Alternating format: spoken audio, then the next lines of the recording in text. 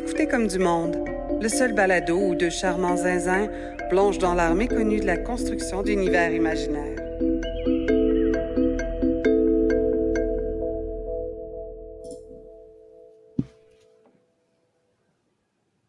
Allô Joël, allô Annie. Ah ben. Allô. Allô, c'est donc bien le fun. Bienvenue allô, en cette saison 2. C'est ça, là? C'est là, la saison 2? Ben, je pense que oui. Officiellement. OK, Oui. OK, cool. OK, ben bienvenue dans cette saison 2. Saison 2, quel balado déjà? Ben voyons, c'est Comme du monde, le seul balado sur la création d'univers imaginaire. Ah, c'est ça, c'est vrai, il n'y en a pas d'autres. Non, ben, y en a le d'autres ici. meilleur balado. Il n'y en a pas d'autres ici.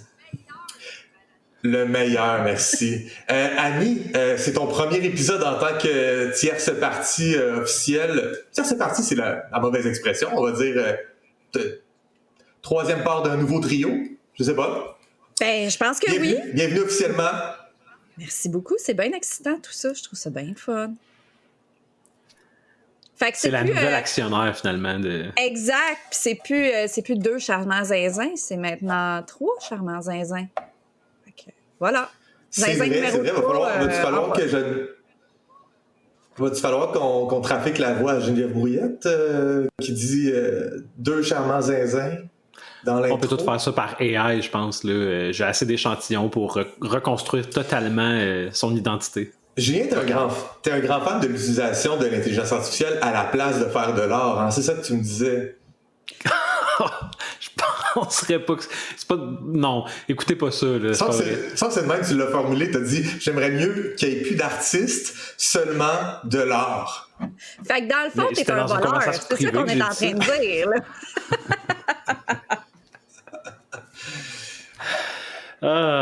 Qu'est-ce que vous avez fait de votre été? Là, on est en septembre, on commence une nouvelle année scolaire, parce que c'est ça, comme du monde, on fonctionne. Pourquoi on fonctionne avec les années scolaires? Je sais pas. Moi, je sais pourquoi on travaille. Je sais pourquoi on travaille selon les années scolaires. Ah, pourquoi, monsieur? Mais parce que parce que je suis un enseignant puis j'ai des vacances l'été. OK! On pourrait enregistrer l'été, mais ouais. Comment a été votre période estivale? OK, ben je te laisse commencer. On va lancer la parole. Hey, je suis pas habitué à ce qu'on soit trop, hein, ça paraît. Annie, comment a été ta période estivale? Ben écoute, moi j'enseigne pas, fait que c'est pas des vacances l'été. Non seulement c'est pas des vacances, mais dans le milieu dans lequel je travaille, c'est rarement relax là, l'été parce que les deadlines sont souvent à l'automne. Fait que je te dirais que ouais, j'ai un été mouvementé désagréable, appelons-le comme ça. Ah ouais, hein? Mais écoute, ça va. C'était juste pas reposant, mais ça va. Toi, Julien, ton été? C'est crunchy. Hein. Mon été était moins crunchy que le tien. J'ai fait du camping en famille. J'ai attrapé un streptocoque. Oh wow! T'as fait du camping et t'as attrapé un streptocoque. Est-ce que c'est arrivé en même temps? Oui, c'est arrivé en même temps. Fait que la gestion... Il y en a qui font de la pêche puis de la chasse, qui reviennent avec des truites. Toi, t'as été en camping, t'es revenu avec un streptocoque. J'ai fait traverser les douanes à mon streptocoque. C'est illégal? T'as smugglé un streptocoque? J'ai rien déclaré, moi. Ouais. T'es-tu rendu officiellement un passeur? T'es un smuggler? Ouais, pour vrai? Ben, écoute, je sais pas si... je pense pas qu'il y ait de loi par rapport à ça. J'y aurais laissé, là, sinon, mais... Ça dépend. T'as-tu trouvé ton streptocoque dans une ferme dans les 2 semaines précédant ton passage aux douanes? Je pense que c'est probablement, de toute façon, un streptocoque québécois parce que je l'ai attrapé à Old Orchard pendant les vacances de la construction. Oh. Fait que j'ai comme 80% de chances que ce soit un streptocoque québécois de toute façon. Bon, c'est bon ça d'encourager le terroir. Oui, Ouais. Même à l'étranger. Oui. Ça m'a donné... Les produits, faut encourager local, Julien. Ça m'a donné le temps de lire, par exemple. J'ai fini Children of Dune. Puis je suis presque à la moitié de God Emperor of Doom. Fait que... Puis, mettons que tu compares Children of Dune avec Dune. Là, mettons qu'on parle pas de God Emperor pour l'instant, mais le 2001.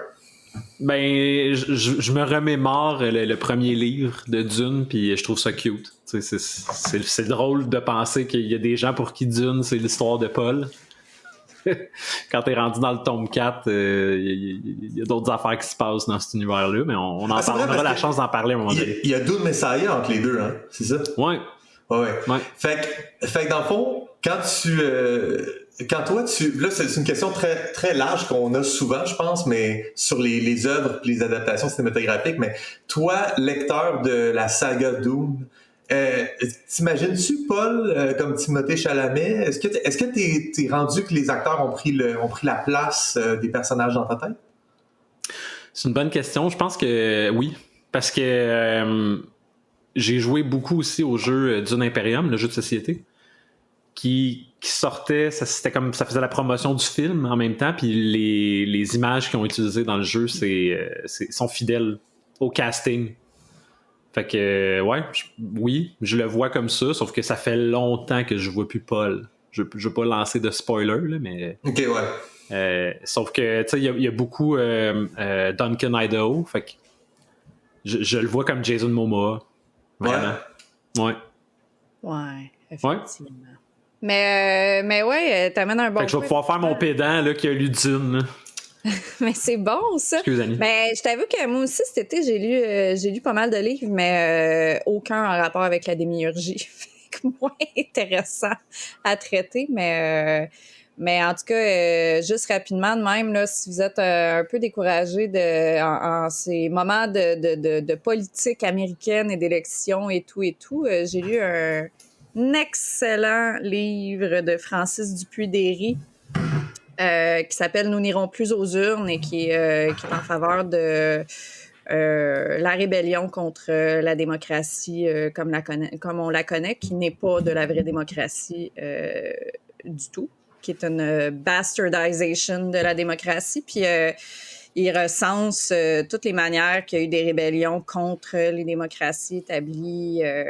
Puis c'est full intéressant, je vous conseille énormément. Donc, Nous n'irons plus aux urnes de Francis Dupuy-Derry.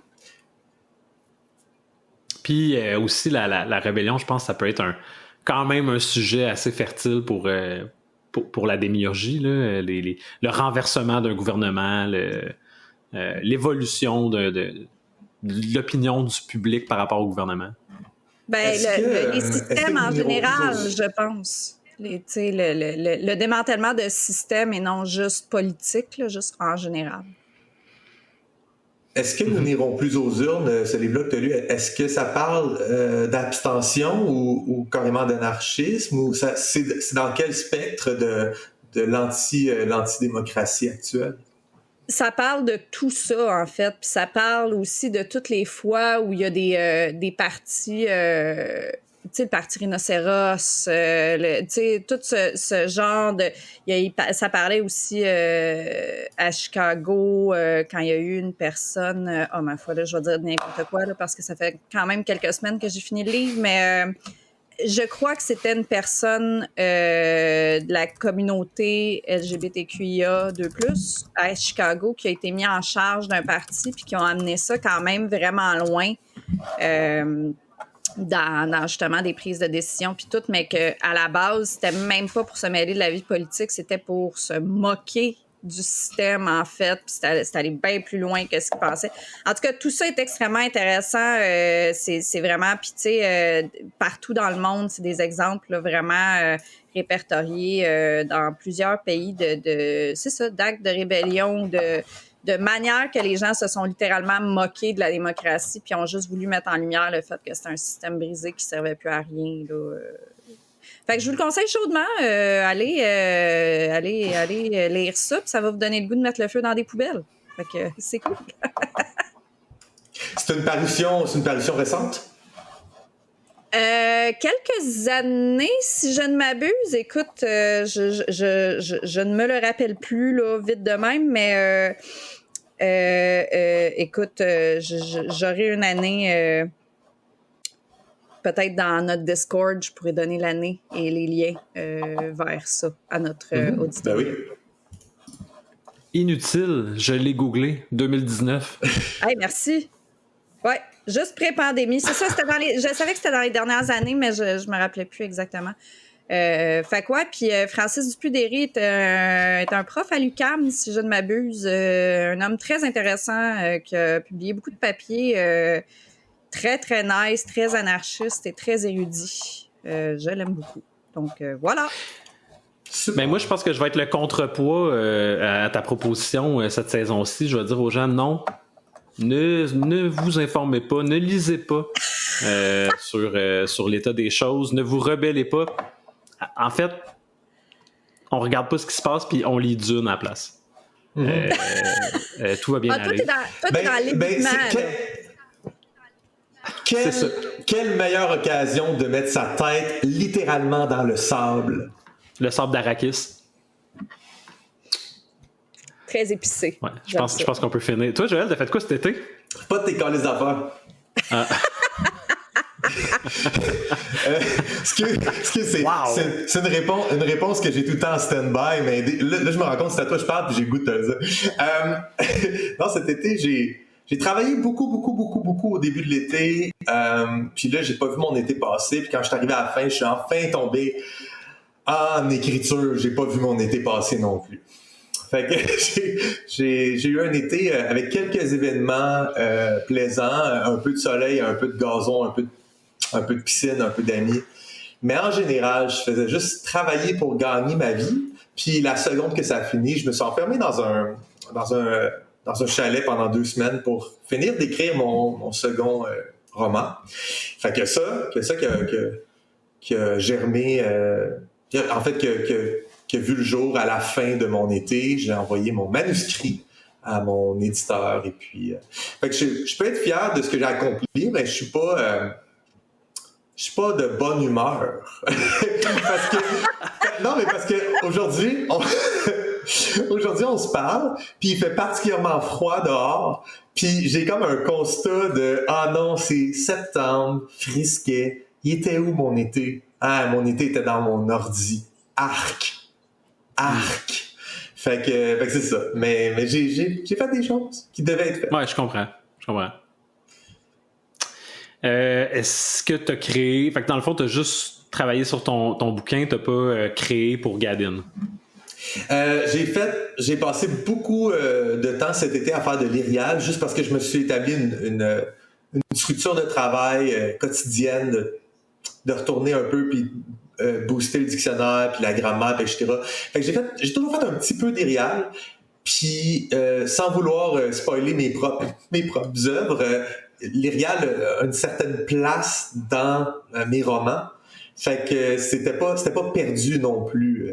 Tout a un petit peu de cette idéolangue qui finit par trouver son chemin jusque dans mes romans. Donc, finalement, ça a été utile, arrivé à la fin de l'été, à remettre mon manuscrit, des petits segments, des petits bouts en irial là-dedans, puis il était à mon goût. C'est spécial, on parle pas tant d'idéolangaison ensemble, mais il y a tout un concept de genre, pour arriver dans une œuvre à avoir juste un mot qui est logique et satisfaisant pour un linguiste, faut mettre des centaines d'heures dans développer une langue. Si tu veux comme jouer cette game-là, est vraiment idiote, cette game-là. Là, fait que on peut inventer un mot sur le fly qui sonne drôle, ça c'est correct, mais moi j'ai décidé de prendre le chemin des gens qui sont masochistes, finalement. Puis c'est ça. Fait que ouais, c'est beaucoup de travail pour quelques mots. Je pense que la raison pour laquelle on l'aborde pas beaucoup sur le podcast, c'est que ça prend beaucoup de préparation pour bien aborder l'idéolangaison, puis que ce soit structuré, puis pour le garder compréhensible, puis intéressant, puis attirant pour les gens qui écoutent. Puis on n'est pas trop du genre à se préparer. Fait que là, il faudrait qu'à un moment donné, on se dise, on fait un bloc idéolangaison, puis là, vraiment, on le structure, puis on le fait. Ouais. Faudrait qu'on fasse ça, par exemple, ça serait cool. Ouais, puis tu sais, le problème aussi vient avec le fait que moi j'ai beaucoup d'intérêt pour ça, j'ai une certaine expertise, puis j'ai l'impression que si on en parle ensemble, ça a souvent comme le côté moins intéressant d'avoir de l'air d'une leçon que je te fais ou que je fais à Annie, puis je veux pas que ce soit ça non plus. Là. C'est comme c'est pas cool comme feel pour notre podcast. J'aime quand on se lance la balle, puis là je fais comme si je suis seul à savoir c'est quoi les bons procédés morphophonologiques, ben il n'y a pas de balle qu'on se lance. T'sais. C'est quoi, ça te tente pas de nous enseigner à nous autres aussi? Tu veux pas être enseignant pour le fun? Sans être payé? Je sais pas. J'irais juste chercher vos opinions. C'est sûr que ça m'intéresse d'aller chercher vos opinions, mais tu sais, des fois, il faut un primer de 15 minutes sur un truc en linguistique avant d'avoir votre opinion. C'est un podcast un peu moins vibrant, là, mettons. Moins organique, disons. Moi, je nous ramène à nos moutons. Moins organique, quoi. Ah, organique, mouton. Moi, je nous ramène à nos moutons parce que on a quand même un épisode à livrer aujourd'hui, puis c'est le premier épisode de la saison. On s'était dit, pour accueillir les nouvelles auditoristes de l'émission, on s'était dit qu'on ferait un petit récapitulatif et de l'univers que Joël est en train de faire et du mien. Étant donné que c'est un work in progress, le podcast, oui, on parle de plein de thèmes, plein de sujets par rapport à la démiurgie, le world building, mais on crée aussi en parallèle 2 univers. Ça nous permet d'entrer un peu dans les coulisses de la création d'un univers. Puis pour être sûr que ce soit pas trop dense, peut-être, on s'est dit qu'on prendrait les 2 premiers épisodes de la saison 2 pour faire un Previously dans le monde de Gadil. Ou dans le mien. C'est quoi déjà le nom de mon monde, Joël? Ton monde, ça s'appelle la Salacie et la Vinilie. Non, c'est pas Sploosh. Sploosh Canouche. Sploosh Canouche, le monde à Julien. Ouais. Puis on change aussi un peu la formule, le nombre d'épisodes qu'on fait à chaque mois. On change un peu comment le Patreon fonctionne. On va être présent sur des nouvelles plateformes. Fait que par quoi on commence au juste? Je peux parler du Patreon vite. Ouais.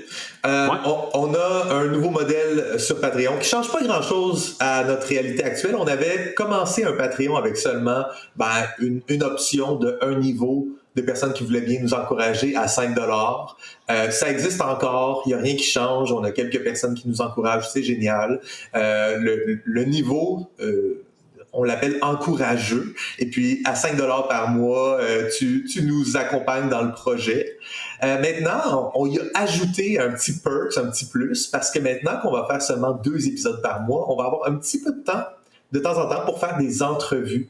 Ces entrevues-là avec des gens qui nous intéressent, qui font eux-mêmes de la démiurgie, qui sont des artistes ou qui sont des experts dans un domaine, on ne les intègre plus à Comme du monde réguliers. Ils n'apparaîtront plus comme ça sur YouTube, sur Spotify, dans le Comme du monde normal. On les réserve à nos encourageux Patreon. Les gens qui donnent 5$ et plus par mois vont avoir accès à des entrevues exclusives avec du monde vraiment intéressant. En tout cas, l'an passé, on a eu des gens vraiment intéressants. Cette année, on prépare quelques petites surprises. Je pense qu'il y a des gens qui vont être particulièrement... qui vont être particulièrement une belle surprise pour les membres Patreon. Fait qu'on va avoir ça. Ça c'est replacé comme étant notre niveau 2 sur Patreon, c'est-à-dire qu'on garde un côté, tu veux juste nous donner un petit montant, vas-y, tu sais. Fait qu'on a j'ai intégré un niveau 1 qu'on a nommé curieux. Alors, si t'es curieux de Comme du monde, t'offres 2$ par mois, on te remercie. Puis on mentionne ton nom. À chaque épisode, on va remercier les membres Patreon. Donc, remerciement bimensuel. Niveau 1, curieux à 2$. Niveau 2, encourageux à 5$ avec accès exclusif à des entrevues. Niveau 3, qu'on appelle les généreux, sont à 8$. 8$ par mois pour avoir l'accès exclusif à les épisodes, aux entrevues, mais aussi un accès anticipé à tous les épisodes. Une fois que l'épisode est enregistré, tu y as accès tout de suite, pas besoin d'attendre la date officielle de parution de l'épisode et de diffusion sur Choc. Et puis finalement, un niveau 4, un peu plus exclusif, juste à 10$ par mois. On est quand même dans des prix super raisonnables, je trouve. Mais au niveau 4, c'est pour les gens qui eux-mêmes pratiquent la démiurgie et qui voudraient être mis en scène dans Comme du Monde. Donc, au niveau 4, tu as une mention démiurge associée sur notre Discord avec un espace pour diffuser ta démiurgie. Et puis, bien sûr, dans la discussion avec nous, il y a tout c'est déjà quelque chose qu'on a vu dans la saison 1, mais quand les gens qui pratiquent eux-mêmes une démiurgie nous posent des questions, nous présentent leurs trucs, on fait toujours un aparté dans les épisodes pour en parler. Fait que, ouais, c'est nos 4 niveaux. Ouais, je voulais ajouter à ce dernier tiers-là, c'est que on va avoir plus de temps aussi pour participer un peu à la conversation sur Discord. Fait que vraiment, là, ça va être le temps de chercher pas juste le conseil de nous trois, mais aussi de faire participer les gens qui ont eux-mêmes leur univers ou qui font juste comme lurker sur le Discord.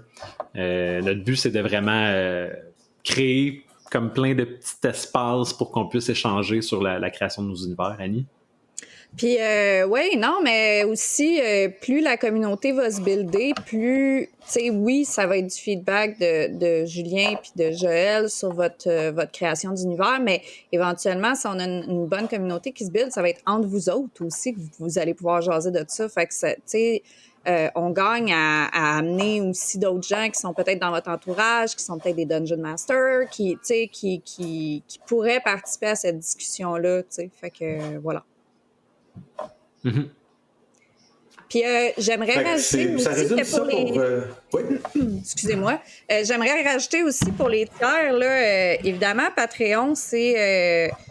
la formule, c'est souvent là, mensuel. Tu sais, c'est des abonnements à proprement parler. Mais si vous pognez un de nos vidéos, si vous avez regardé un de nos épisodes sur YouTube ou que vous avez juste vu un extrait passer sur Instagram, peu importe comment vous nous avez vu passer dans votre vie, si vous avez aimé ça, mais que vous voulez pas le commitment d'avoir quelque chose par mois, vous pouvez juste nous envoyer un petit tip, un petit 2$, un petit 5$, juste une fois ponctuelle, juste pour dire « Hey, c'est bon ce que vous faites », puis tu sais, vous n'avez pas besoin là, de l'engagement total d'avoir un truc par mois là, sur Patreon. Vous pouvez juste nous dire un petit merci comme ça. Ça fait toute la différence, puis on apprécie au bout. Fait que gênez-vous pas. OK, je pars ça. Hein, officiellement, saison 2. Si tu viens te joindre à nous, tu es en train d'écouter Comme du Monde sur les ondes de choc avec Annie, Joël et Julien. Et aujourd'hui, on fait le récapitulatif de l'univers de Valterreur. Splouche Canouche. Hey, j'ai un petit extrait audio que j'ai préparé. Oui! Un genre de best-of des créations qui ont ponctué la construction de cet univers-là. Mais attends, excuse-moi, on n'a pas remercié les membres Patreon. Ah! Je m'en allais passer tout droit. Mais non, il faut les remercier. Vas-y, okay. Vas-y Julien, c'est ta gueule. Je me lance. Merci à Myriam, Gabriel, Alexandre et Annie de nous supporter sur Patreon. On est très, très, très reconnaissante. Hey, Annie? Ouais, tu payes pour faire le podcast, Annie? Moi, je paye pour être ça. Okay. Ben non, mais c'était... C'est un choix. Je me suis abonnée dans le temps que j'étais juste une invitée et que j'étais même pas encore chroniqueuse, puis j'ai juste laissé ça là. Fait que, gars, c'est correct. Bravo les garçons! Je me sens mal de ne pas être abonné au Patreon Comme du Monde maintenant. OK, ben vas-y Julien, tu peux nous starter ça avec Valterreur. Aujourd'hui, épisode complet où on parle de ton univers. Nice. On se va de l'autre côté. Plusieurs théories ont refait surface quant au monde d'origine du parasite. Il s'agit probablement d'une ou plusieurs planètes lointaines qui échappent même à nos plus puissants télescopes et nos sondes les plus éloignées. Ayant atteint une synchronicité parfaite, une conscience collective ou une intelligence distribuée, une civilisation aranéenne idéale pourrait perdurer plus longtemps qu'un monde déchiré par le tourment des conflits sociopolitiques. Gloire à Aranea, gloire à la toile cosmique qui unit chaque être. Gloire aux fruits divins qui mûrissent en chacun. Le premier qui éveille l'esprit. Le second qui nous lie à nos frères et sœurs. Le troisième qui lève le voile. Le quatrième qui montre le chemin. Le cinquième qui offre les savoirs d'innombrables mondes. Le sixième qui est le don des langues. Le septième qui ouvre la porte au royaume intérieur. Le huitième qui tisse l'unité. Gloire aux fruits divins qui mûrissent en chacun. Gloire à Ranea qui porte les 8 en tresse. Gloire à la couronne hirpicoïde qui balaie le cosmos de son message divin, incandescent. C'est froid ici. On nous traite comme des fantômes qui entrent périodiquement Valterreur avant de disparaître, exorcisés par le passage des saisons. Même près de l'âtre de la collision frontale, la seule auberge au nord du Colisée, le réconfort nous échappe. La bière est drabe, tiède. Des fois j'envie Marcus, des fois j'envie Maximus. Je pars pour l'ouest demain, avec Anna et Mousse. Une sentinelle a aperçu une arc-ourang la semaine passée. J'aimerais mieux être sous le couvert de la forêt que dans une ville désertée. Quentin, mon très cher frère, ne viens pas à Valterreur. Il n'y a rien pour toi ici. Je vais revenir avec un idolum. Julia a vu la petite nouvelle au spot où qu'elle attrape des grenouilles. J'y ai rappelé qu'on se méfie toujours des aventuriers. Je suis allé faire un tour avant d'aller à la collision. Il y avait personne, puis la place était encore tout croche. Le quai est pourri, puis il y a des quenouilles hautes comme moi. J'y étais pas retourné depuis ce que papa appelait la déconsécration. J'étais ticu, puis papa a été forcé de défigurer la sculpture que son arrière-grand-père avait faite pendant que 3 gros prétoriens regardaient. J'avais jamais vu mon père pleurer, puis je l'ai jamais revu non plus. J'en ai profité pour prier. Je le sais, c'est interdit, mais j'ai compris il y a longtemps que ce qui se passe à Valterreur reste à Valterreur. Je sais pas à qui j'ai prié, mais j'ai prié pour du bois, puis pour de la bouffe, puis pour Julia. Sont frappés d'un interdit impérial les choses suivantes. Toute autre langue que le latin, toute tentative de traduction de texte en langue étrangère, toute possession d'un texte en langue étrangère. Ces textes doivent être soumis à l'empereur. Tout type d'activité en lien avec les Aranéens du Nouveau Monde. Toute culture de champignons. Toute référence à la vieille religion. Tout rituel ou toute pratique faisant référence à la vieille religion. Cela inclut, mais ne se limite pas à faire 1 minute de silence, faire référence à une présence maternelle et divine qui incarne la nature à l'exception de Vénus. Prier. Entretenir ou réparer un sanctuaire, monument, temple ou tout type d'édifice religieux datant d'avant l'arrivée de l'empereur. La magie. Tout type d'activité en lien avec les disciples de Pluton. La diffusion et le marché d'idoles de contrebande. Tout type d'interaction avec les collectionneurs. Ils doivent être détruits dès leur découverte. Tout appel à la révolte, insurrection ou tout encouragement à la sédition. Toute forme d'aide, de commerce ou d'affiliation avec l'exilé et ses troupes. Mais quand est-ce qu'on devient un héros? Quand on part? Quand on revient? Quand on part et on revient pas? Toutes ces réponses? Si j'ai tout bien compris ce que le soleil invincible puis Mars nous inculque, c'est que c'est pas l'exploit, mais le chemin qui fait d'un héros un héros. Au bout du chemin, ce qui va rester, c'est ce que les autres ont à raconter sur toi. Mettons genre moi. Mettons genre je découvre une nouvelle espèce bovine au lait sucré, on jase là, j'invente. Ben, je pourrais m'installer un petit bar laitier à Valterreur avec une petite fermette. Ce que j'essaie de dire, c'est que des fois, un héros, ça revient pas. Puis ça mérite son break. Ferkshem Sadeg, ma coccinelle. J'ai le cœur en miettes. Je sais c'est comment de grandir pas de père. Le mien est parti sonder la comète d'Arekvek Sadegdeg, un peu avant mon 2e printemps. Quand il est revenu, j'étais déjà marié avec ta mère. Je comprends maintenant qu'il a fait un sacrifice, comme celui que je m'apprête à faire. Mais pas pour les mêmes raisons, puis pas aussi important. Pour tout le reste de ta vie, mon nom va être synonyme d'horreur. Puis j'espère être capable de faire appel à ton amour inconditionnel quand viendra le temps pour ta mère de te donner cette lettre. Je deviendrai Xelek Gesed Asek Jedef, le dévoreur d'au-dessus, une sorte de croque-mitaine de la surface avec qui les édificiers auront conclu un marché. Ne jamais regarder en haut, ne jamais s'aventurer dans le dangereux chemin du progrès et ne jamais rien découvrir. Cette ère n'est qu'une parenthèse dans l'existence édificiaire. Coccinelle, notre cabale ira s'installer loin à l'ouest des galeries. Alors que tu lis ces mots, nous disposons de 16 983 cycles avant le départ de la sonde de notre système solaire. Viens nous rejoindre, Coccinelle. Ensemble, nous serons les protecteurs du savoir édificié. Ensemble, nous lèverons le voile de l'ignorance. Ton père, pour toujours, Xelek Gesed Asek Jedef. Aujourd'hui, il a finalement fait assez chaud et sec pour coller. Quand on est arrivé, Sixtine était là. Ses cheveux et sa peau étaient sales, ses vêtements en lambeaux. Elle boitait. J'ai du mal à m'expliquer comment c'est possible, mais elle a pris les morceaux du masque des mains de Julia puis a chuchoté quelque chose.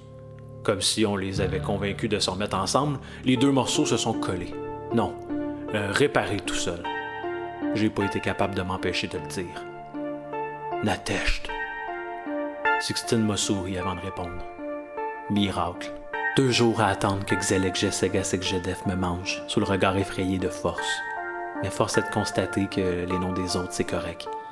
Fait qu'Anna puis moi, on a décidé de continuer, en se promettant qu'on allait revenir chercher Sixtine à un moment donné. Là-bas, dans l'Ouest, il y a plein d'affaires à voir, de merveilles à découvrir, d'horreurs qui attendent dans le noir, d'amitié à construire, puis à déconstruire.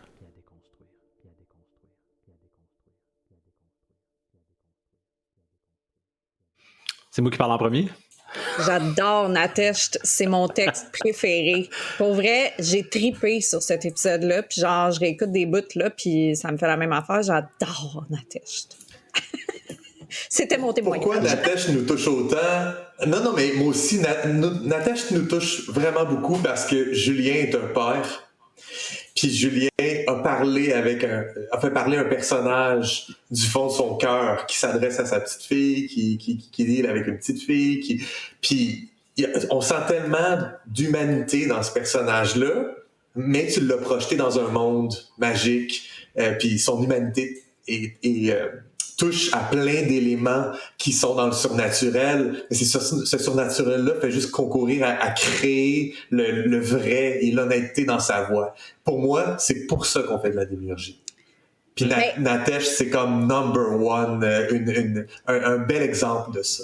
Bravo, Julie. Mais je trouve que Natesht en particulier, c'est que c'est ça l'affaire, c'est que c'est le clash entre, oui, un monde magique et fantastique et tout, mais avec quelque chose de très humain, et des sentiments très humains et grounding dans cet univers fantastique-là. Ça revient chercher l'humanité, puis j'ai l'impression que c'est ça qui est relatable autant dans Natesht. C'est drôle parce qu'on parle d'humanité, puis je comprends que c'est le mot qu'on utilise parce que jusqu'à preuve du contraire, ça ne concerne que l'humanité. Mais le pitch de vente de mon univers dans ma tête, c'est que toutes ces créatures-là, tous ces gens-là ne font pas partie de l'humanité, ne sont pas des êtres... dans le fond, c'est des extraterrestres, c'est des gens sur une autre planète. Puis mon je sais pas comment dire ça, mais l'idée qui a propulsé tout ça, c'est comment la culture humaine, comment on peut infecter un peu ou influencer des milliers d'années après notre extinction des êtres qui sont à des années-lumière de nous, puis comment notre culture humaine, notre humanité, ben, dans le fond, se transmet d'une planète à l'autre. Mais je pense aussi que c'est ça, toute œuvre... tu sais, je dis humanité, puis oui, c'est ça. Effectivement, c'est pas des humains, là, ce monde-là, mais ça reste que je pense que notre manière d'interagir avec toute œuvre ou toute création, c'est de le ramener à notre expérience humaine, tu sais. Puis je pense que c'est ça qui marche avec Natesht dans le sens parce que c'est des gens dans un univers qui devraient pas ressentir ces choses-là, mais que c'est plus fort qu'eux. C'est quelque chose qui take over. Fait que ça nous fait relater à la création encore plus, là. Mm-hmm. Ouais. Puis je pense aussi que le mot humanité est peut-être mal choisi pour, tu sais, on pourrait dire c'est des sophontes, fait que c'est une sophontité. Là. Je pense que le but de ce mot-là, c'est pas de parler de la race humaine, non. Mais bien de la nature humaine, que je pense que chacun de ces personnages-là intègre aussi. Ils ont une nature qui appartient à la conscience, la bienveillance, la compassion d'un bord, d'un autre bord le vice, puis la puérilité. Ces choses-là les habitent de la même façon que ça habite un humain. Je pense que dans ton monde, le côté que toi tu soulignes en ce moment sur le fait qu'on peut avoir de l'influence sur ces gens-là des milliers d'années plus tard, Ça, c'est surtout culturel, tu sais, le fait qu'il s'associe à la romantique, puis toutes ces Vénus, Pluton, toutes ces choses-là, je pense que là, on parle vraiment d'humanité. Peut-être que ça vaudrait la peine pour toi de différencier ces deux termes-là pour pas qu'on soit tout le temps à patauger dans zone grise. Là, tu sais. Ouais, puis évidemment, je suggère aussi que c'est des thèmes qui sont universels ou des émotions ou des états d'être qui sont universels et qui sont pas propres à l'humain, là, mais de vivre de la compassion ou de la cruauté ou c'est ça. On suggère que les sophonthes de nos univers peuvent agir sur ces spectres-là aussi. Puis ça revient à une règle de fiction, de scénarisation, d'écriture, vieille comme le monde, là, qui est trouver l'universel dans le spécifique. Quand tu racontes une histoire extrêmement spécifique avec des extraterrestres, mais que le feeling d'un père qui aime sa fille, on est capable de le reconnaître, on a trouvé l'universel dans le spécifique. Mm-hmm. Est-ce que, Julien, tu as un pitch de vente officiel à nous faire pour présenter Val-Terreur aux nouveaux auditeurs et aux nouvelles auditrices? Ouais, je vais dans le secret. Dans le fond, j'ai décidé qu'il n'y avait pas de divulgateur pour mon univers et que la création était complètement transparente. Fait que je pensais peut-être aujourd'hui expliquer un peu la genèse de cet univers-là, comment ça commence. Puis j'espère que, dans le fond, quand je fais ça, ça donne le goût aux gens qui connaissent pas mon univers de faire comme « Oh, ça a l'air vraiment cool ». Je vais écouter les épisodes, je vais lire les textes sur le Tumblr ou peu importe. Fait que l'idée de base de mon univers, c'est qu'il y a une menace cosmique qui tranquillement met fin à l'humanité telle qu'on la connaît sur Terre. Et dans un dernier effort de perpétuer notre culture puis d'aussi espérer sauver des mondes, on envoie une sonde autonome dotée d'une intelligence artificielle avancée qui va traverser la galaxie et puis après ça va traverser l'univers pour transmettre l'essence de ce qu'on est puis pour avertir aussi d'autres espèces, d'autres habitants de l'univers de cette menace-là cosmique.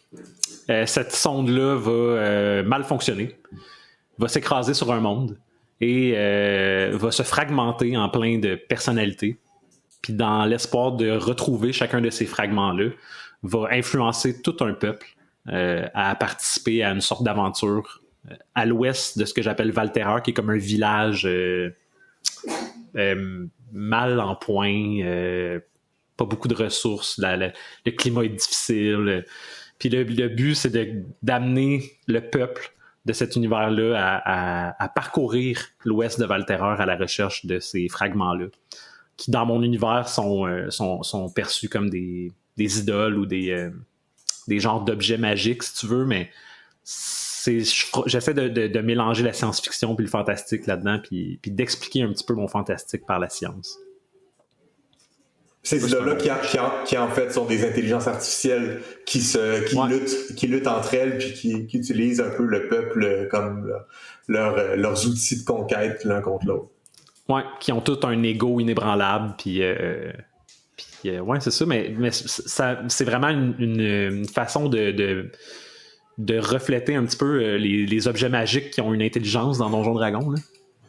Puis les peuples, les résidents naturels de ce monde-là, est-ce que tu peux en parler un peu? Je sais que tu as fait officiellement ton pitch de vente, mais il y a un aspect qui, moi, m'a toujours intéressé, qui sont tes sophonthes, tes créatures. Quelles sont-elles? Les édificiers, c'était eux qui étaient dominants dans ce monde-là. C'est un peu comme les seuls êtres sophonthes de cet univers-là au départ. C'est un peuple qui est très, très, très, très avancé technologiquement au moment où... un petit peu avant que l'aventure commence, si on veut. Tellement avancé que lorsque cette sonde-là pénètre dans leur système, ils voient ça comme une menace. Et Xelek, Jessek, Gasek, Jedef, qui est comme le chef de ce peuple-là, va décider de plonger son propre peuple dans un genre d'âge des ténèbres, de les forcer à vivre sous terre dans le but de passer inaperçus face à cette menace-là. Il va créer tout un mythe pour amener ses sœurs et ses frères à un petit peu s'éloigner de la science et se rapprocher de la tradition un peu plus. Puis dans l'histoire de mon univers, au moment où ça nous intéresse, ils sont vus juste comme un des peuples qui habitent cet univers-là, qui sont très superstitieux. Ils ont peur de sortir dehors, ils ont peur de découvrir des choses. Ils vivent vraiment selon des traditions, l'agriculture, puis la musique, mais le reste, on y touche pas. Il y a deux peuples qui découlent de ce peuple-là parce que dans leur apogée, ils ont créé artificiellement deux autres espèces.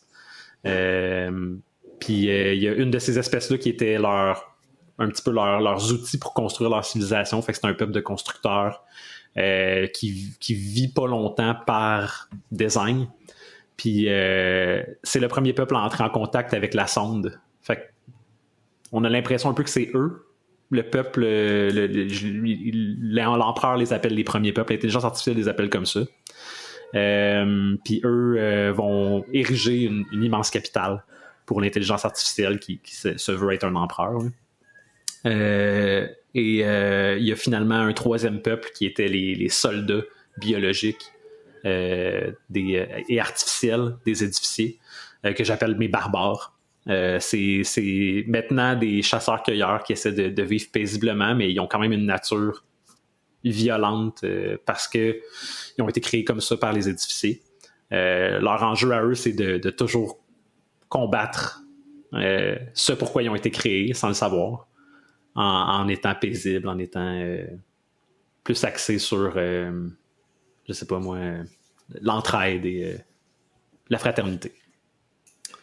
Ouais. Dans ces trois peuples-là, si je peux me permettre un commentaire, tout de suite, je vois que ce que tu viens de souligner là, il est vrai aussi pour les deux autres. T'sais, ils vivent dans le contraste entre leur nature puis leur volonté. Parce que les édificiers sont de nature extrêmement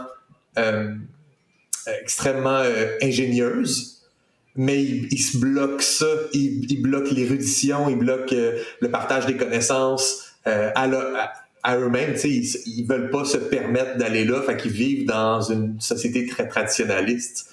Très proche de la terre et des ressources naturelles et des insectes, étrangement. Puis la même chose pour les premiers peuples qui ont clairement comme une longévité écourtée, puis une importance sur le monde qui se veut petite à dessein, puis finalement deviennent le peuple principal qui a le plus d'importance culturelle. Fait que je sens qu'il y a toujours dans ces trois sophontles-là, tu as un contraste en jeu entre la nature puis la volonté. Puis ces premiers peuples-là aussi vont essayer d'atteindre un peu l'immortalité en devenant des héros, en allant à l'ouest, en trouvant ce que l'empereur cherche, puis en ayant un festin à leur honneur, puis en marquant l'histoire. Étant donné qu'ils ont une courte durée de vie, ben leur raison d'être, c'est de vivre une vie courte de servitude et de construction. Puis là, finalement, ils vont partir, ils vont se retrouver à partir à l'aventure pour faire de grandes choses. Ouais. Il y en a d'autres aussi, des éléments qui se passent dans ton univers. Tu les soulignes pas en ce moment. Est-ce que c'est parce que tu sens que tous les autres éléments sont très périphériques et ne sont pas le centre de ce que tu essaies de dire? Non, j'essayais juste d'être le plus, d'aller le plus à l'essence de mon univers, mais ouais. Effectivement, il y a d'autres thèmes, il y a d'autres choses qui se passent dans cet univers-là. Je sais pas par quoi tu veux que je commence. Je pense qu'un des gros éléments que tu n'as pas mentionné, mais qui sont dans l'extrait que tu as diffusé, c'est les Aranéens du Nouveau Monde. Mm-hmm. C'est vrai. C'est quand même un élément vraiment intéressant, je trouve. Moi, c'est un de ceux qui me font le plus chier, mais que il y a quelque chose que je trouve uncanny dans les Aranéens, mais je trouve ça extrêmement fascinant. Dans le fond, c'est la fin des humains. C'est un parasite qui peut se plier à différents autres. Dans le fond, les animaux, les plantes peuvent être infectés. Et dans le fond, c'est une unité, un hive mind, qui transmet ses ordres, qui transmet sa culture en dérivant dans l'espace et en atteignant différentes planètes. C'était l'objectif de la sonde, de l'intelligence artificielle, de préparer d'autres mondes à la venue des Aranéens. Ça n'a pas fonctionné de toute évidence parce que les Aranéens sont déjà présents au début de notre aventure sur ce nouveau monde-là. J'ai fait des Aranéens pas tant menaçants que ça. Toi, tu les trouves menaçants parce qu'ils ont des genres de pattes d'araignée qui leur sortent du crâne, là. Mais ils sont pas insistants, ils forcent pas les gens à adhérer. Il faut suivre un rituel précis pour devenir infecté par le rituel. Et personne ne va forcer personne à prendre part à ce rituel-là. Ça amène les personnes infectées à accéder à des connaissances anciennes, parler des langues oubliées, aussi entrer en communion avec l'unité, puis entrer dans ce genre de monde, ce genre de royaume intérieur-là par consommation de drogue et de psychédéliques. Là. Fait que ça se voulait être mes méchants au début, puis finalement, ils sont pas si méchants que ça, là, étrangement. Là. Oui, Annie? Finalement, ils sont chill. Mais oui, je relisais justement. Exact, ouais. Je relisais Transmission du docteur Anémone Jigger. Ça se prononce Jigger, comme Madame Jigger? OK, super. Je vais être sûre de pas comme Madame Stéphane Rousseau-Cisé, ton œuvre. Ça a été Stéphane Rousseau-Isé, il y a à peu près 9 mois quand Julien est arrivé avec ça. Puis j'ai fait, mais pourquoi? Mais ouais, c'est ça, tu sais, de ce que je comprends, c'est ça, c'est que c'est cette infection-là, même si on l'appelle une infection, elle reste 100% volontaire. Tu sais, comme tu dis, il y a comme personne qui se... Fait que, tu sais, c'est ça qui est intéressant aussi de cette espèce de petit aspect culte-ish, sans être culte-ish. Puis aussi le fait que, c'est ça, je sais qu'ils simule, je crois aussi. Tu sais, ils portent le capuchon pour... ouais, ils cachent leur identité. Fait que c'est ça, tu sais, il y a quand même... Ouais, la raison pour ça, c'est que... Vas-y. Ben, c'est ça, il y a quand même une... Je trouve qu'il y a un lien de culte dans le volontaire et le dissimulé aussi, sa nature là-dedans. Fait que c'est ça, pas qu'ils sont honteux, mais qu'ils savent très bien c'est quoi leur place dans cette société-là. Là. Je pense que j'essayais un petit peu de recréer la persécution des chrétiens là, qui dessinaient des petits poissons aux ses portes là, pour...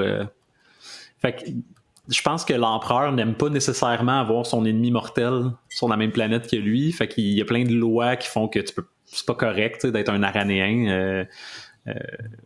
Mais j'ai jamais donné le point de vue d'un Aranéen. Tout ce qu'on voit, c'est les gens qui entrent en... comme Anémone Jigger, lui, évidemment, qui se sent menacé parce que c'est quand même menaçant que tout d'un coup, tes gouvernements, ta famille font partie de cette genre de religion cosmique-là, ancienne, puis ils disent non, c'est correct, si ça te tente pas, il n'y a pas de pression. Là. Mais on n'a jamais le point de vue d'une personne infectée. Peut-être qu'il remplace complètement la personne, peut-être que... Fait que j'essaie de jouer avec cette ambiguïté-là qu'on ne sait pas, dans le fond, c'est quoi être un Aranéen. Tu sais. Est-ce qu'on peut espérer ça pour la saison 2? Est-ce qu'on va avoir un point de vue d'Aranéen? C'est une très bonne idée. Ça serait cool. Là, à date, tout ce qu'on a, c'est des prières. On avait fait un livre de prières. Fait qu'on connaît leur psaume, mais on connaît pas leur personnalité. Ouais, c'est une bonne idée. Je pourrais plonger dans le monde des Aranéens. Ben oui, ça serait full intéressant. Puis ça m'amène aussi à une interrogation. Puis je veux dire, j'ai pas écouté chaque minute de chaque épisode. Je vais être parfaitement honnête avec vous aujourd'hui, messieurs. Fait que vous en avez peut-être déjà traité, mais moi, pendant qu'on parle de parasites et tout ça, ça m'intéresse quand même de savoir, tu sais, Val-Terreur en général, qui est un peu un... Tu sais, même la planète au complet, c'est un peu décimé, ça file un peu post-apocalyptique. Puis souvent, un thème récurrent de ça, c'est voyons, j'ai juste fléau dans la tête, mais des plagues, des... Cataclysme. Ouais, ben en fait, plus dans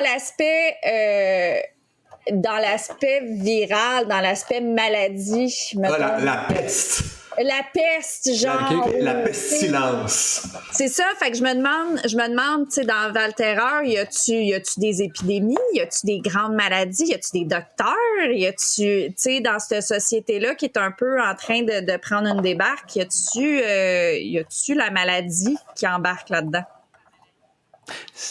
Tellement intéressant. Je pense que c'est drôle parce que c'est un sujet qu'on n'a jamais abordé, la maladie, la médecine. Tu sais, on dit que en tout cas pour la seule humanité qu'on connaît à date, là, les trois grands fléaux de l'humanité, ça a toujours été la guerre, la famine, la maladie. Puis on parle toujours de la guerre. On parle constamment de la guerre parce que c'est tellement un trope. Fait qu'on est comme obligé, on va là. La famine et la maladie sont les laissés pour compte qui sont, ma foi, tellement intéressants à traiter. Moi, je pense que si tu prends la maladie, je vais prendre la famine cette saison. Mettons que je parle des édificiers, là, pour répondre à ta question, Annie. Les édificiers au sommet de leur civilisation ont trouvé une façon d'arrêter le vieillissement. Fait que j'imagine qu'ils ont trouvé une façon de gérer les maladies. C'est pas impossible non plus qu'ils aient transmis un petit peu cette perfection-là à leur création, qui sont les deux autres espèces dominantes de mon univers. S'ils leur ont donné une durée de vie limitée, là, exemple, je sais pas, je vais en année, je sais qu'on avait dit qu'on donnait jamais de nombre là, avec Vincent Mauger, mais admettons ça fait un an de ça, je pense qu'on en est libéré maintenant. On peut dire toutes les admettons que ouais, c'est ça. Admettons que les premiers peuples vivent 20 années terrestres, là, tu sais. Je pense que les édifices se seraient arrangés pour qu'ils subissent pas de maladie pendant ce temps-là, parce que c'est quand même eux qui vont ériger leur cité, c'est eux qui vont construire leur tour, c'est eux qui vont... Fait que, non, mais c'est sûr que les Aranéens, même si ça a l'air pas si pire que ça finalement, peuvent laisser une trace qui peut ressembler peut-être à quelque chose comme une maladie. Des animaux infectés dans la nature qui vont carrément se livrer à des chasseurs aranéens parce que ils savent qu'ils peuvent nourrir l'unité là, en se livrant à la place d'être chassés. Ouais. J'ai une mention, en fait une idée qui vient de m'apparaître au niveau de la maladie puis ton monde. Tu sais qui est porteur de la maladie dans la vie? Les colons humains qui arrivent à la mer de Neptune, comme les Européens qui arrivent en Amérique. Parce que dans ton monde, on n'en a pas parlé, mais il y a un autre côté du continent qui est peuplé par peut-être tu veux en parler là, mais c'est pas des peuples originaires de ton monde, c'est des peuples qui sont débarqués avec la sonde, right? Ouais, il y a des résistants, des rebelles terriens qui, juste avant d'envoyer la sonde, ont réussi à convaincre les investisseurs, tous les gens qui travaillaient sur cette sonde-là, ont réussi à les convaincre d'en faire comment j'appelle ça, un voyage embryonnaire, je me rappelle plus, mais dans le fond, il y a des embryons humains sur la sonde. Puis il y a tout un programme de reproduction de ces embryons-là qui est prévu dès l'arrivée de la sonde sur un monde viable. Il y a un coin du continent qui est habité par ces différentes civilisations-là humaines qui se sont un petit peu séparées, qui ont leur identité propre parce qu'ils n'ont pas tous été pris en charge de la même façon par leur mère, qui est dans le fond une intelligence artificielle. Là. Puis on se trouve à être projeté plusieurs milliers d'années plus tard, donc ils ont eu le temps quand même de créer leur propre histoire sur ce monde-là. Ouais. Ça, j'avais intégré ça parce que j'avais une volonté de pouvoir comme faire des parties de jeux de rôle dans mon univers puis d'avoir des humains. Parce que je trouvais que c'était difficile de s'identifier à des espèces qui sont comme complètement extraterrestres. Mais eux autres, une intégration humaine. Est-ce qu'ils sont canons? Est-ce que c'est juste un test ou est-ce que tu veux qu'ils existent pour vrai? Non, ça m'a apporté des bonnes idées, fait que je pense que oui, je pense que c'est canon. C'est vrai que eux... ils arrivent avec le choléra, la malaria, puis ils arrivent avec la syphilis. Je m'en allais dire, ça t'ouvre une porte, tu sais, une petite couverte infectée avec la variole est si vite arrivée, là, tu sais. Fait que dans notre histoire directe, il y a beaucoup de cas de ça, mais tu sais, c'est ça c'est intéressant aussi. Puis si on retourne au fait que, tu sais, c'est les édificiers que tu as dit qui ont trouvé le moyen d'arrêter le vieillissement. Mais tu sais, l'âge et la maladie sont pas toujours interreliés non plus. Tu sais, il suffit d'une affaire qui arrive, puis après ça spread, puis ça devient, tu sais, ingérable comme vraiment rapidement parce que, justement, des fois, ça donne un faux sens d'invincibilité, cet avancement technologique-là aussi. Fait que, tu sais, tu t'ouvres plein de portes comme super intéressantes où est-ce que tu as plein de pattes que tu vas pouvoir prendre avec ça. Puis c'est ça, c'est full intéressant. Je pense qu'il y a aussi le facteur imprévisible pour les édificiers de la sonde. Fait que la sonde, les intelligences artificielles, les humains, mais aussi les Aranéens qui sont peut-être arrivés avec la sonde ou qui sont peut-être arrivés, toutes ces choses-là, les édificiers n'ont pas travaillé ces codes génétiques-là. Fait qu'il peut y avoir des malformations génétiques aussi qui appartiennent aux humains, puis même à un premier peuple qui est viré aranéen. Il y a peut-être quelque chose qui peut se passer de l'ordre général pas de la maladie nécessairement, mais tu sais, des problèmes de santé qui peuvent avoir des répercussions dans ton histoire.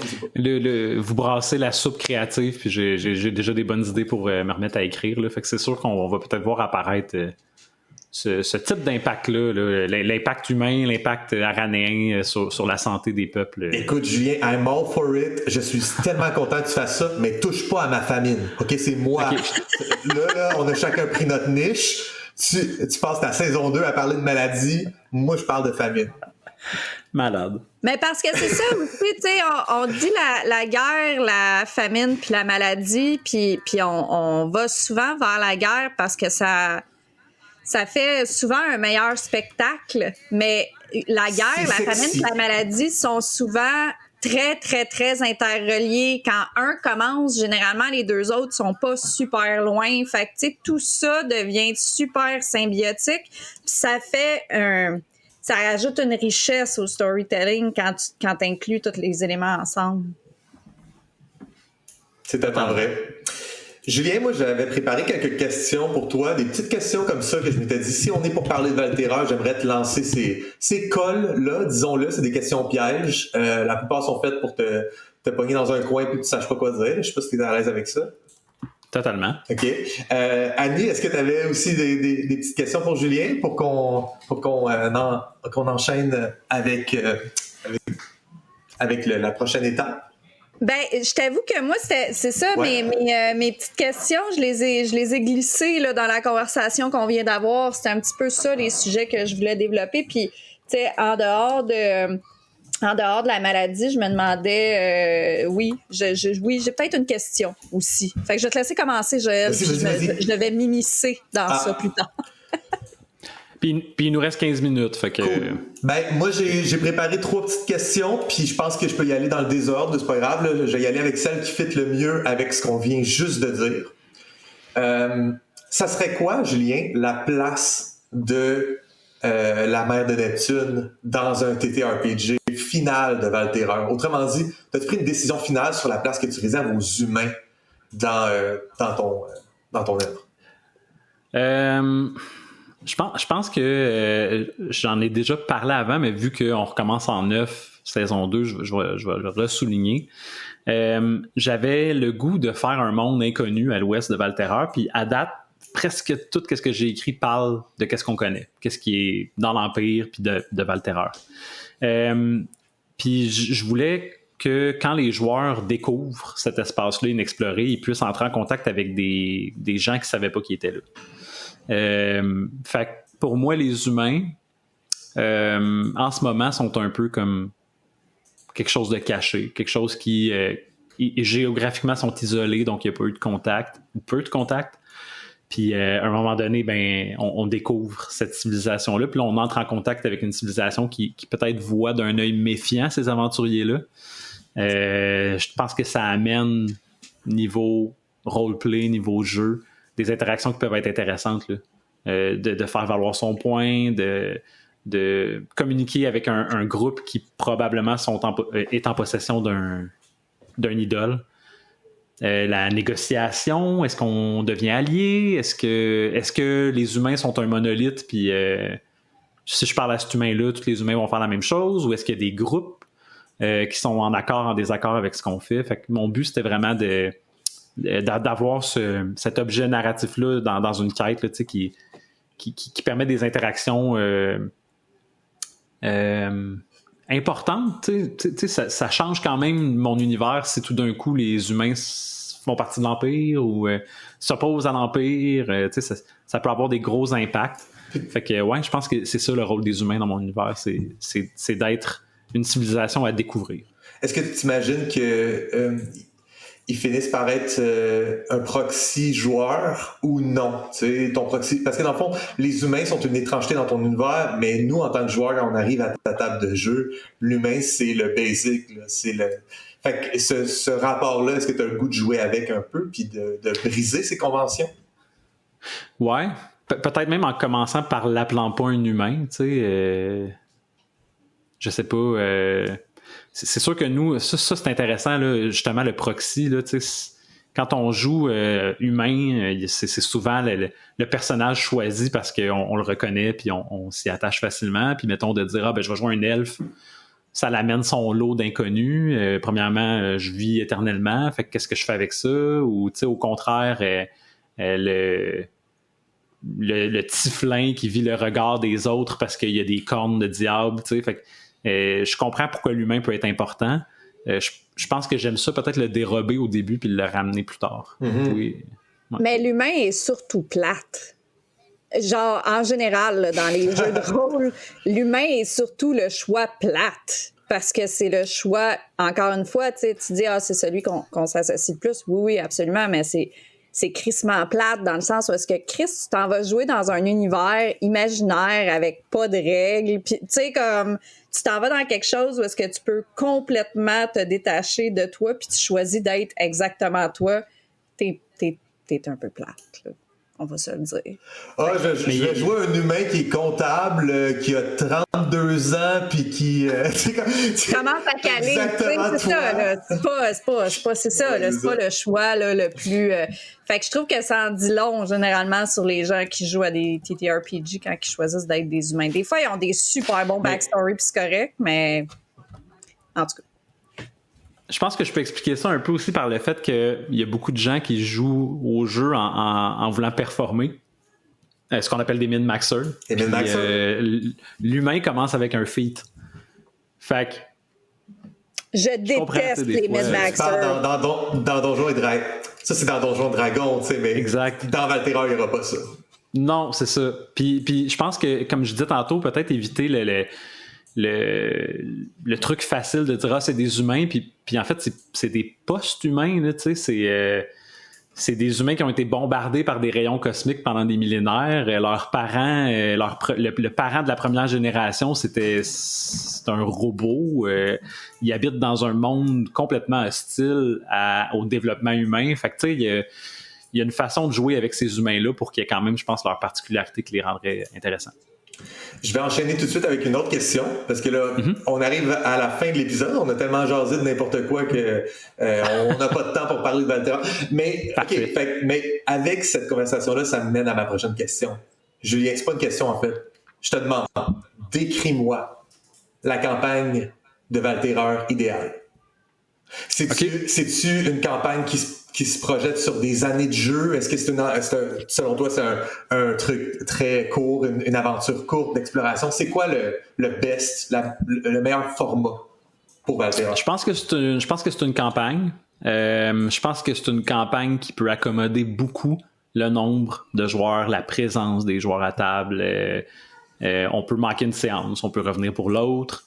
On peut faire embarquer des nouveaux joueurs n'importe quand dans cette aventure-là. Je pense qu'une campagne idéale, c'est une gang de personnes qui embarquent dans la proposition de mon univers, qui est de développer Valterra. Fait que quand on arrive, Valterra est dégueulasse, il y a des trous dans les murs, ça pue, ils n'ont pas de ressources, ils n'ont pas de bois, ils n'ont pas de nourriture. Excuse Joël pour la famine. Mais mon but, c'est d'amener ces gens-là, cette gang de personnes-là, à découvrir ce qu'il y a de l'autre côté de Valterreur, puis à se servir de ce qu'il y a de l'autre côté pour se créer une idée sur cet univers-là, puis développer évidemment Valterreur. Repatcher les murs, recruter des gens de l'intérieur de l'Empire, mais recruter des nouveaux contacts à l'extérieur, construire des nouvelles structures, ouvrir une étable, ouvrir une écurie, ouvrir un poste de traite, vraiment s'investir dans le développement de cette communauté-là. Avoir des personnages non-joueurs mémorables.